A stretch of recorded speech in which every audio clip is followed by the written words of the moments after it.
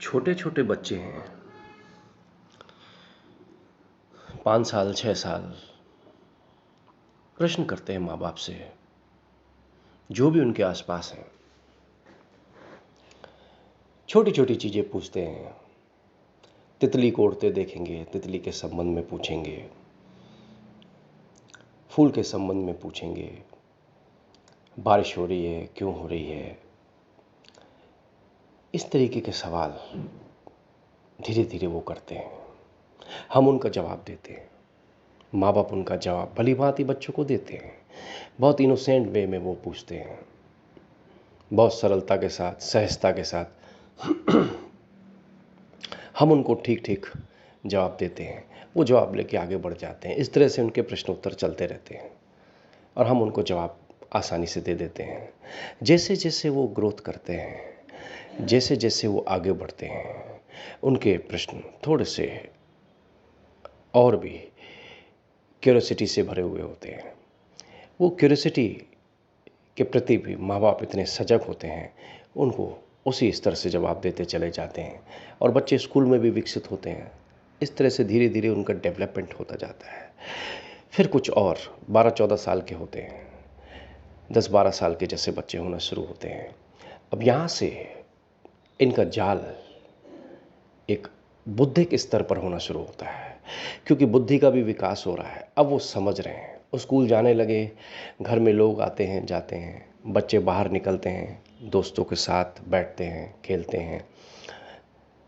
धीरे धीरे उनकी बुद्धि शार्प होती है। अब उनके प्रश्न एक तर्कपूर्ण होने लगते हैं। धीरे धीरे वो अपने प्रश्न इस तरह से रखते हैं, उनको जवाब चाहिए उस बात का। इसके अलावा जो सबसे इम्पॉर्टेंट चीज़ आती है, जब बुद्धि और परिकष्ट हो जाती है बच्चे की, फिर वो तर्क से बात करने लगते हैं। फिर आप उनसे कुछ कहते हैं, वो आपको जवाब देते हैं। आप महसूस करें, आपको जो जवाब मिलता है वो कुछ तर्कपूर्ण मिलता है। वो तर्क से बात करते हैं, जवाब भी वो तर्क से देते हैं और सवाल भी वो तर्क से करते हैं, क्योंकि बुद्धि अब शार्प हुई, बुद्धि निपुण हुई। चूँकि युवा हैं, ऊर्जा है, ताजगी है, इसलिए स्वाभाविक है प्रश्न भी उठते हैं, बहुत सारी बात भी होती हैं। कई बार माँ बाप को बहुत सी चीज़ें समझ में नहीं आती हैं। कारण बहुत स्पष्ट है कि हर एक चीज़ तर्कपूर्ण करने से माँ बाप भी थोड़े खिन्न होते हैं, क्योंकि वो महसूस करते हैं ज़रूरी नहीं है कि इस तरह की चीज़ें इस तरह से जवाब दिए जाएँ। तो हर एक चीज़ का जवाब तर्कपूर्ण तो नहीं हो सकता, लेकिन व्यक्ति तर्क करता चला जाता है। यही हाल एक व्यक्ति जब वयस्क हो जाता है, चाहे वो माँ बाप हो, चाहे युवावस्था हो, जीवन को अपने तर्कों के साथ जीना शुरू कर देता है। कारण बहुत स्पष्ट है, उसकी बुद्धि बहुत परिष्कृत हो गई, मैच्योर्ड है। अब वो सब कुछ समझ रहा है, देख रहा है, कर रहा है। हर एक चीज़ को वो तर्क के साथ अपना वजन करता है। हर एक चीज़ सुनता है या कहता है, उसमें तर्क रहता है। तर्क तो वो चीज़ है जो चीज़ों को काटती है। तर्क से तो कोई सीख नहीं सका आज तक। तर्क से बुद्धि और शार्प होती है। जैसे चाकू में धार लगाने जैसी बात हो गई कि धार कम है तो धार लगा दो, तो चाकू में वो बात आ जाती है जिसका हमको उपयोग करना है। तर्क ठीक उसी तरीके से है।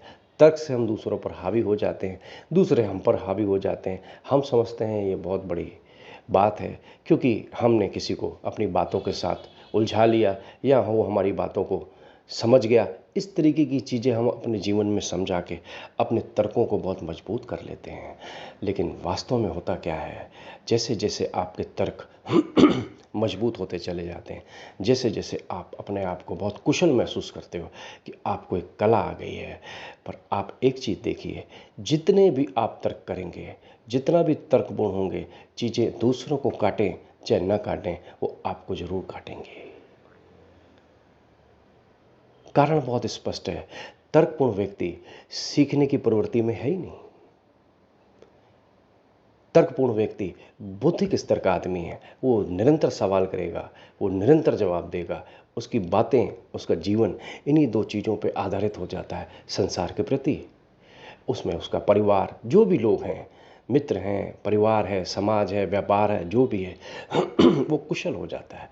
ये कुशलता तुम्हारी बुद्धि पर तुमको केंद्रित कर देती है और तुम निरंतर इस बुद्धि के साथ संघर्ष करते हो और तुम समझते हो तुम इसमें बहुत कुशल हो गए हो, इसलिए चालाक हो गए हो, एक्टिव हो गए हो, ये परिभाषा बन जाती है कि अब मैं कहीं पे भी जाऊंगा तो कम से कम ये चीज़ें हम मैनेज कर सकते हैं। ऐसा एक्चुअली में है नहीं। जितना ज़्यादा हम तर्क के साथ अपने आप को लयबद्ध करते हैं, जितने अपने तर्क को और मजबूत करते चले जाते हैं, हम बहुत सी चीज़ों से क्षीण हो जाते हैं। दरअसल वास्तव में हम जीवन के प्रति बहुत क्षीण हो जाते हैं, क्योंकि हमारी संवेदनशीलता, हमारी सहजता वो ख़त्म हो जाती है। वो वही बच्चा था जो छोटे छोटे प्रश्न करता था, जो स्वाभाविक है। और वो जो बच्चा प्रश्न करता था, उसको कैसे जवाब मिलते थे? बहुत प्यार से रिटर्न होते थे। क्यों होते थे? क्योंकि उसके सवाल बहुत इनोसेंट थे, अपने प्रति थे। वो जानना चाहता था, तितली क्यों उड़ रही है, तितली का रंग ऐसा क्यों है, फूल इस तरह से क्यों हैं, पेड़ हरे क्यों होते हैं। इस तरह के न जाने कितने सवाल वो करता है और उसको जवाब मिलते हैं, क्योंकि वो एक उसका इनोसेंट व्यवहार है, जिसको भली भांति परिवार के अन्य सदस्य, माँ बाप के साथ और भी लोग उसको सहजता से जवाब देते हैं, क्योंकि उसके पूछने का ढंग, अंदाजे बयां ही कुछ और होता है और वो सीख रहा है। तर्कपूर्ण व्यक्ति जो आगे चल के यही बुद्धि की प्रकाष्ठा को आगे बढ़ाता है, शार्प करता है, उसको वास्तव में जवाब तो मिलते हैं। किस स्तर के जवाब मिलते हैं? फिर वो सामाजिक चीज़ों के प्रति, जो चीज़ें चल रही हैं, जो चीज़ें घट रही हैं, जो चीज़ें हो रही हैं, माना जो भी चीज़ चल रही है संसार में, उसके प्रति वो तर्कपूर्ण हो गया। और वास्तव में जीवन तर्कपूर्ण नहीं है। जीवन हर एक चीज़ तर्क से नहीं चलाता है, और जीवन में कोई तर्क नहीं है। तर्क हम निर्मित करते हैं, क्योंकि अब हमारा ईगो फॉर्म एक चरम पे पहुंचता है, उत्कृष्टता पे पहुंचता है। अब हम किसी से क्यों दबें? अब हमको भी अपनी बात रखनी है, हमको भी अपनी बात कहनी है। और याद रखिए, तर्कपूर्ण व्यक्ति कभी भी राजी नहीं होता, राजी हो ही नहीं सकता। राजी होने का मतलब है उसने स्वीकार कर लिया कोई हमसे बेहतर तर्क कर रहा है, कोई हमारे ऊपर हावी हो रहा है। वो होना ही नहीं देना चाहता। वो तर्क की तलवार से मारकाट मचाता है और वही समझता है कि यही हमारी जीत है, क्योंकि हम बुद्धिमान हैं, हम इंटेलिजेंट हैं और हमें जो आता है वो ठीक है। तो हम सामने वाले की बात को न समझते हैं न करते हैं। समझते भी हैं, लेकिन उसको किस तरह से समझते हैं ये अब महत्वपूर्ण है। कोई अच्छी बात भी करता है, हम उस चीज़ को समझते हैं, ये भी महत्वपूर्ण है। हमारे काम की चीज़ है, ये भी महत्वपूर्ण है। कोई भी चीज़ बहुत उपयोगी किसी ने कह दी है, माना हमारे काम की है, पर हम उसको समझ नहीं पाते हैं, क्योंकि हर एक चीज़ बुद्धि से नहीं समझी जा सकती। हर एक चीज़ में अगर हम बुद्धि लगाएंगे तो होगा क्या? जो चीज़ें वास्तव में समझने जैसी थी, जो चीज़ें वास्तव में हमको बेनिफिट कर सकती थी, जो वास्तव में किसी के अनुभव से आई थी, उसको हमने अपने तर्क से काट दिया, क्योंकि उसको हमने एनालाइज किया। हम करते क्या हैं? हम चीज़ों को टुकड़े टुकड़े कर देते हैं, क्योंकि हम टुकड़े में तो हैं। बुद्धि एक शरीर का, मन का, पूरे फंक्शन का एक मात्र टुकड़ा है और सबसे खतरनाक टुकड़ा है। सबसे खतरनाक टुकड़ा है, क्योंकि मन उसको ऐसे नचाता है और वो ऐसे नाचती है, वो नियंत्रण में है ही नहीं। वो सतत चल रही है, उसका संघर्ष जारी है। सीधी सीधी बात को भी लोग काट के देखते हैं, महसूस भी करते हैं बात बिल्कुल ठीक है, पर उन तक वो बात सीधी नहीं पहुंच सकती, पहुंचेगी नहीं, क्योंकि उसके पास तर्क की तलवार, एक शार्प बुद्धि है। उस बुद्धि से वो अपने आप को महसूस करता है, हर एक चीज़ बुद्धि से महसूस करता है, फिर उसको उस ढंग से वो एनालाइज करेगा। और फिर बुद्धि ने भी कभी ठीक से किसी चीज़ों को एनालाइज किया है? बुद्धि तो स्वार्थ से भरी रहती है, बुद्धि तो चालबाज करती है। फिर वही बात आ जाती है कि अंगूर तो बड़े खट्टे हैं, अब हम पहुंच नहीं पा रहे हैं वृक्ष पर, अब हम चढ़ नहीं पा रहे हैं वृक्ष पर, तो अंगूर फिर बहुत खट्टे हो गए। अंगूर में रस टपक रहा है, अंगूर बहुत पके हुए हैं, महसूस भी हो रहा है, पर चूंकि अब हम पहुंच नहीं पा रहे हैं, तो हम सीधा तर्क, अंगूर बड़े खट्टे हैं, क्या करना, चलो यहां से, कहां समय खराब करेंगे। ये बुद्धि का विभाजन है। इतने टुकड़े करती है वो दूसरों की बातों के, निश्चित रूप से करती है, एक एक चीज़ को तोड़ के अलग कर देती है। और तुम देखते हो, जो एक एक चीज़ को तोड़ के अलग अलग देखता है वो कितने टुकड़ों में रहता है।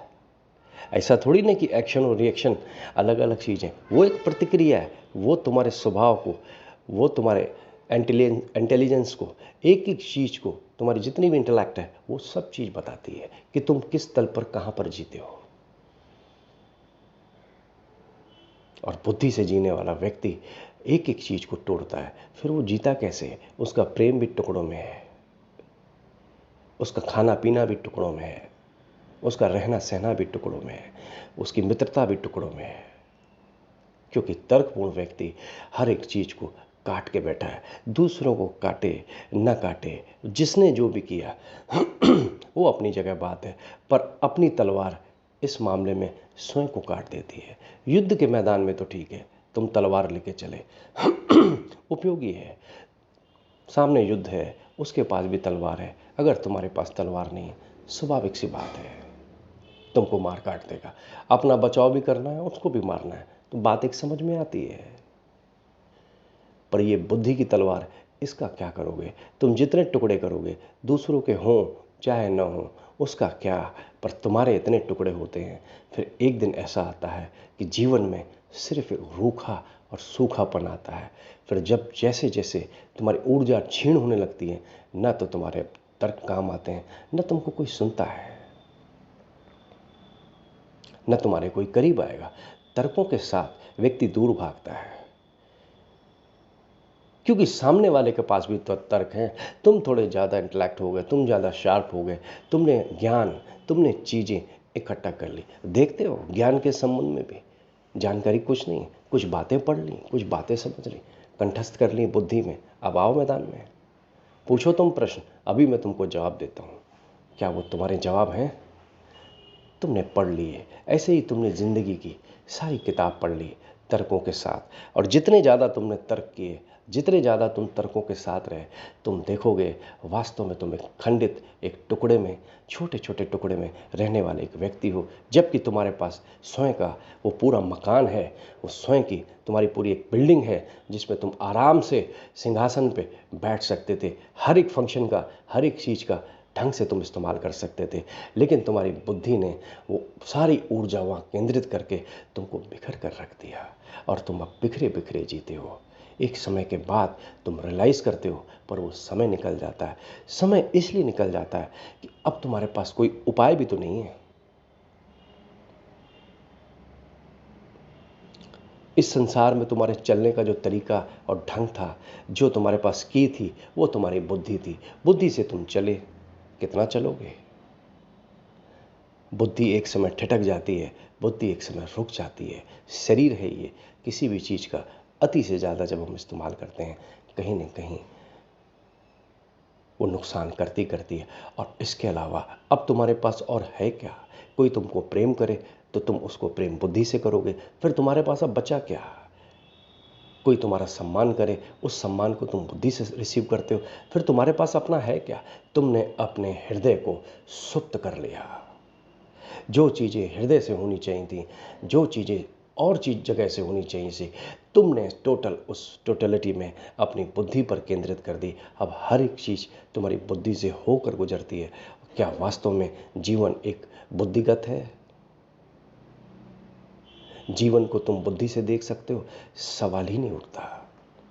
समाज में कुछ समय के लिए तुम जरूर अपनी बुद्धि का इस्तेमाल करके अपने आप को ऊपर उठा के ले जाओगे, ये ज़्यादा दिन तक काम नहीं आएगी। क्योंकि दूसरों के प्रति तुम्हारा नज़रिया या लोगों का नज़रिया तुम्हारे प्रति ठीक है कि वो बहुत समझदार व्यक्ति है, पर वास्तव में तुम भली बात ही जानते हो कि तुम्हारे अंदर से कितने टुकड़े हुए पड़े हैं, क्योंकि तुम्हारे पास इसके अलावा और कुछ है नहीं। यानी तुम्हारा निरंतर वो संघर्ष चल रहा है, और संघर्ष में किसी भी व्यक्ति ने किसी भी चीज़ का आनंद उठाया है? उसकी गणित चलती रहती है, और जो गणित है वो 2 और 2 4 की है। बिल्कुल ठीक है, ठीक पढ़ा तुमने स्कूल में। तुम दुनिया में कहीं भी जाओगे और 2 और 2 4 वास्तव में 5 और 5 10 वास्तव में यही एनालाइज होगा, तभी वो चीज़ क्लियर होगी, तभी सॉर्ट आउट होगी, क्योंकि तुमने फिगर आउट ठीक किया कि 4 और 4 8 होंगे, बिल्कुल होंगे, होने ही चाहिए, यही पढ़ा है, दुनिया यही पढ़ती है, इसी आधार पर हमारी मैथमेटिक्स और चीज़ें एनालाइज्ड है, इट्स ओके, चलेगा। लेकिन जीवन 3 और 5, 2 और 2 5 भी होते हैं।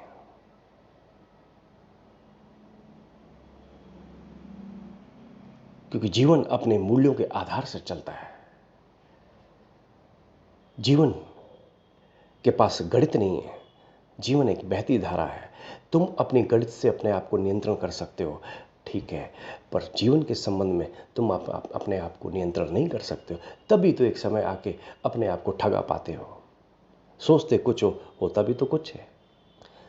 जहां आज तुम खड़े हो, तुमने कभी सोचा था?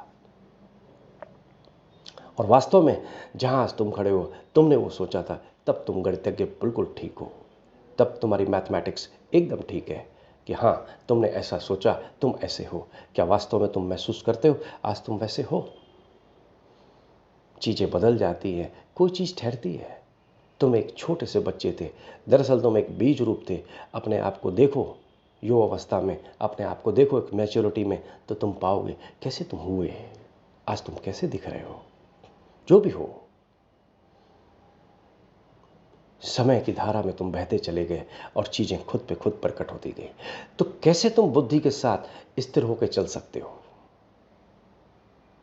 नदी तो बह रही है और जो रुक गए वो तालाब तलौवे हो गए, उनकी स्थिति क्या होती है? बुद्धि का भी हर्ष यही है। बुद्धि से जीवन नहीं चलता। बुद्धि तुम्हारे उपयोग के हिसाब से है। बुद्धि का उपयोग करो जितना तुम कर सकते हो तुम्हारे व्यापन के लिए, ठीक है। इस संसार में चलने के लिए बुद्धि का होना बहुत ज़रूरी है, और इस्तेमाल करो ना, बिल्कुल करो, क्योंकि वो भी एक पार्ट है तुम्हारे शरीर का, वो एक एसेंशियल चीज़ है, इंपॉर्टेंट चीज़ है। पर तुम उसका इस्तेमाल करो। वास्तव में जब तुम उसका इस्तेमाल करोगे तभी वो वास्तव में तुम इंटेलेक्ट व्यक्ति हो। लेकिन हर एक चीज़ तुम उसके साथ जीते हो, फिर तुम्हारे पास कौन सा इंटेलेक्ट है, कौन सी बुद्धि है? फिर तो तुमने हर एक चीज़ को ले लिया। क्योंकि जीवन बुद्धि के साथ नहीं चलता। जीवन सतत प्रवाह है, वो तो बहता रहता है, परिस्थितियाँ अपने अनुकूल चलती रहती हैं। इसीलिए तो कहते हैं समय के साथ चलो। एक पीढ़ी बदल गई, कैसे तुम सोचोगे कि बच्चे तुम्हारे वैसे हो जाएं? जैसे तुम बच्चे थे, तुम सोचते थे हम अपने माँ बाप के प्रति इस तरह से चले। तुम्हारे बच्चे 20-25 साल का गैप, बहुत बड़ा गैप है, क्योंकि उसमें एक पीढ़ी तैयार हो जाती है, सोच बदल जाती है, दायरे बदल जाते हैं, चीज़ें बदल जाती हैं। तुम पीछे देखो, तुम पाओगे कितना बदलाहट है। अगर तुम उस बदलाहट के साथ चलते हो तो तुम वास्तव में एक समझ के साथ चलते हो, और अगर तुम समझ के साथ चलते हो तो तुम हर एक चीज़ को मेंटेन करके ले जाओगे, और हर एक चीज़ तुमको सिखा के जाएगी। क्योंकि जो जीवन सीखता है वो कहीं कुछ और होता है, उसकी यात्रा कहीं और चलती रहती है। फिर वो बच्चा जैसे सीख रहा था, एक वयस्क भी वैसे ही सीख रहा है, क्योंकि वो जीवन के प्रति संवेदनशील है। इसलिए हमें विचार करना ही पड़ेगा कि बुद्धि सब कुछ नहीं है। ऐसी भी चीज़ें हैं जहां हमको बुद्धि से उतारा जा सकता है। उसके लिए हम सत्संग जाते हैं, उसके लिए हम ध्यान करते हैं, उसके लिए हमारे पास सद्गुरु है, उसके लिए हमको प्रेम करने वाला ऐसा श्रेष्ठ व्यक्ति है जिसके अंतर्गत हम अपनी बुद्धि से नीचे उतर के हृदय पे आ जाते हैं। क्योंकि वहाँ पर बुद्धि नहीं चलेगी, चल ही नहीं सकती। वहाँ बुद्धि का काम नहीं है, वहाँ हृदय का काम है। और जिसके पास हृदय संचालित है, जिसका हृदय सक्रिय है, जो हृदय जिसका काम कर रहा है, वास्तव में वो वहाँ पे अपने आप को, अपनी यात्रा को निश्चित रूप से आगे लेके जाएगा। पर हर एक चीज़ बुद्धि से वहाँ पे भी समझेंगे तो तर्क वितर्क से हम अपने को ही काटेंगे। ऐसा होता है, सवाल पे सवाल, सवाल पे सवाल, सवाल का जवाब मिलता है, पर उसके पीछे कितने सवाल खड़े होते हैं। क्योंकि ये हमारे स्वभाव की एक स्थिति है जिसको हम समझते हैं हम एक समझदार व्यक्ति हैं। तुम्हारे पीछे 10 चीज़ें चली आएंगी, दौड़ती चली आती हैं। अगर तुम एक चीज़ पकड़ लो, बाकी चीज़ें स्वतः पीछे आ जाती हैं। क्या तुम 10 चीज़ों को एक एक करके पकड़ोगे? तुम एक चीज़ पकड़ लो, तुम सीखना। जब कोई सीखता है वास्तव में बुद्धि से उतर कर ही सीख सकता है। ठीक वैसे जैसे एक बच्चे ने सीखा, पर क्यों सीखा? क्योंकि उस समय उसके पास अपनी बुद्धि और चालाकी चतुराई नहीं थी, एक इनोसेंट वे था। उसको कुछ दिखा, उसने सवाल कर दिया, उसको जवाब मिला। हम धीरे धीरे वही बच्चे आगे चलकर जब पक जाते हैं, बुद्धि को प्रौढ़ कर लेते हैं, क्योंकि बुद्धि प्रौढ़ होगी कहाँ? इस संसार में। और संसार में जब हम बुद्धि के साथ लयबद्ध होते हैं तो सीधी सी बात है, वही सीखते हैं जो लोगों ने सीखा है।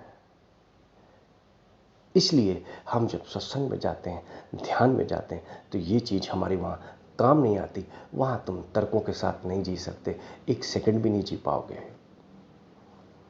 तुम बने रहो 10 साल, 20 साल, 25 साल, 30 साल सत्संग में, कोई फर्क नहीं पड़ने पड़ता।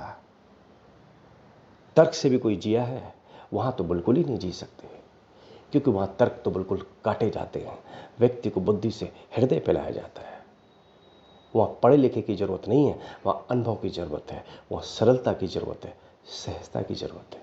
जब तक सहजता और सरलता के साथ तुम अपनी यात्रा नहीं करते, तुम्हारा हृदय उस परमात्मा के साथ, उस प्रेम के साथ भर नहीं सकता।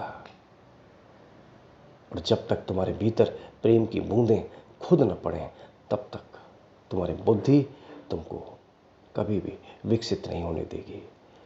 क्योंकि अब तुम ऐसे सद्गुरु के पास, अब तुम सत्संग में इस तरह से आ गए हो जहां तुम्हारी बुद्धि कट जानी चाहिए। इसके लिए तुमको निरंतर संघर्ष करना पड़ेगा, क्योंकि बुद्धि को भी तुमने प्रकट किया है, बुद्धि को भी खींच के तुम ऊपर तक ले आए हो। अब जिम्मेदारी तुम्हारी है, कोई दूसरा तुम्हारी मदद नहीं कर सकता सिवाय तुम्हारे। और हाँ, ये निश्चित है 100%, अगर तुमने अपनी मदद की, अगर तुमने चीज़ों को समझा, वास्तव में तुम बुद्धि से उतर के अपने विवेक पे आ जाओगे, जहाँ की समझ और हृदय का प्रेम तुमको तुम्हारे संतुलन में संतुलित कर देगा। फिर तुम संसार और परमात्मा दोनों के साथ लयबद्ध हो गए, क्योंकि छोड़ना तो किसी को नहीं है ना, छोड़ के जाओगे भी कहाँ? संसार भी यही है और परमात्मा की राह भी यही है, दोनों का समावेश है। तब तुम धीरे धीरे सीखोगे, तुम्हारा संतुलन बन गया। बुद्धि से उतर के तुमको आना ही पड़ेगा, नहीं तो बुद्धि तुमको खत्म कर देगी, खा जाएगी। वो और कुछ नहीं, अहंकार का एक पोषण है, जिसको हमने निरंतर भोजन देते देते इतना मजबूत, इतना स्वास्थ्य कर लिया है कि अब इसके अलावा हम चल ही नहीं सकते। तो बुद्धि की स्थिति ऐसी है। संसार में तुम्हारे तर्क चलेंगे, पर वहाँ पे भी तुम सुखी तो हो नहीं पाते हो। पर वास्तव में अगर तुम अब आ गए हो सद्गुरु के सानिध्य में, तो वही वो काम करेगा कि तुम्हारी बुद्धि को कैसे तुम्हारे हृदय में लेके चलाए और तुम्हारी बुद्धि से तुम विसर्जित हो जाओ। जब तक तुम हृदय में नहीं आओगे, तुम्हारे अंदर प्रेम नहीं आएगा, और प्रेम नहीं आया तो कोई पंख नहीं। फिर तुम जमीन छोड़ ही नहीं सकते, उड़ान भर ही नहीं सकते। इसलिए बुद्धि जड़ है, बुद्धि को जड़ का है, प्रेम को पंख का है। प्रेम अर्थात पंख। जब पंख लगते हैं, कौन जमीन पर रहता है? फिर किसको ज़मीन पकड़ सकती है? फिर उसने उड़ान भरी, अब उसका कोई ठिकाना नहीं है, क्योंकि अब उसके सब ठिकाने हैं। जहाँ जाना चाहे आराम से चला जाएगा, उसको अब कोई नहीं रोक सकता। यही वो काम है जो सद्गुरु, जो गुरु हमारे साथ करता है। जितनी जल्दी हो सके अपनी बुद्धि, निर्कष्ट बुद्धि को नीचे लेके आओ। वो ज़्यादा काम नहीं करती, ज़्यादा दूर तक तुमको लेके नहीं जाएगी सिवाय नुकसान के। ये सदा याद रखना, बुद्धि से सब कुछ नहीं है। बुद्धि एक उपयोगी है, उसका उपयोग करो। बाकी शेष संसार में और भी बहुत कुछ है। देखो तुम इस नेचर को, देखो इस प्रकृति को, तुमको बहुत कुछ दिखेगा। तुम शांत होने लगोगे, प्रेम से भरने लगोगे। और जब तक ये चीज़ें नहीं आए, तब तक काम बन नहीं सकता, क्योंकि बुद्धि का संघर्ष ऐसा है जो तुमको निरंतर फेंकती रहती है, निरंतर दौड़ाती रहती है, निरंतर तुम चलते रहते हो। एक जगह बैठे हो फिर भी तुम निरंतर चल रहे हो, क्योंकि तुम्हारा ध्यान उसी तरफ है जो तुम्हारे पास है। पर जहाँ तुम बैठे हो वहाँ तुम बिल्कुल मौजूद नहीं हो। और अगर तुम वहाँ मौजूद नहीं हो, फिर तुम जो भी कर रहे हो, वास्तव में तुम कहाँ कर रहे हो? तुम खा रहे हो, पी रहे हो, जी रहे हो, भोग रहे हो, प्रेम कर रहे हो, जो भी कर रहे हो, तुम हो कहाँ? किस काम का तुम्हारा जीवन? अगर तुम उस कृत्य में वहाँ नहीं हो, फिर तुम्हारा कृत्य कहाँ रह गया? और जब तुम भाग रहे हो, फिर इसका अर्थ क्या है? सिवाय संघर्ष के तुम और कुछ भी नहीं कर रहे हो। अकेले हो तो भी परेशानी, तुम्हारे साथ है वो भी परेशान होगा, क्योंकि बुद्धिगत व्यक्ति के साथ कोई व्यक्ति ज़्यादा समय व्यतीत नहीं कर सकता। हाँ, वो जरूर कर सकते जो उसी स्तर के हों, पर वो भी मारकाटी तो मचेगी। दो लोग अपने अपने तर्कों को तो शार्प करेंगे, और करेंगे भी क्या, और कर भी क्या सकते हैं? इसके अलावा कोई उपयोग भी नहीं है, और उनको कुछ पता भी नहीं है। इसलिए जितनी जल्दी हो सके बुद्धि का सिर्फ उपयोग करो, जो ज़रूरी है, जिसके लिए तुमको, तुम्हारे व्यापन के लिए, तुम्हारे जीवन के लिए, तुम्हारे परिवार के लिए, वो सब जरूरी चीज़ वो ज़रूर करो। पर इसके अलावा और भी कुछ है जो तुम्हारे हृदय से प्रभावित करता रहता है। उसका प्रवाह तुम्हारे हृदय के साथ, सारी सृष्टि उस हृदय के साथ जुड़ी है। सारी अच्छी चीज़ें, समस्त प्रेम उस हृदय के साथ ही जुड़ा हुआ है। तुम नीचे उतरो बुद्धि से, फिर तुम पाओगे तुम्हारे जीवन में संतुलन आ गया। आज इतना।